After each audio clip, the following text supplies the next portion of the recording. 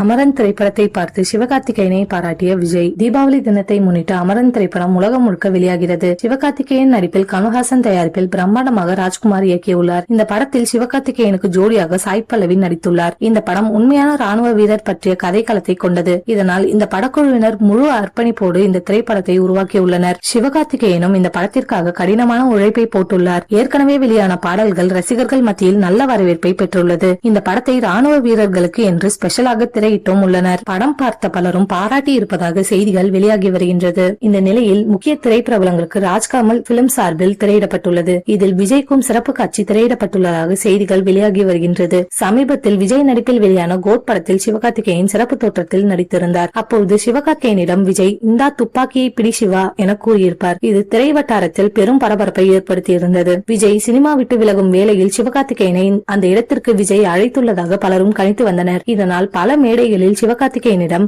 இதே கேள்வி கேட்கப்பட்டு வந்தது. தற்போது அமரன் திரைப்படத்தை பார்த்த விஜயும் சிவகார்த்திகேயனை பாராட்டியுள்ளாராம். இந்த படத்தில் ராணுவ வீரராக துப்பாக்கியை சிறப்பாக பிடித்துள்ளதாகவும் கூறியிருப்பதாக செய்திகள் வெளிவருகின்றது.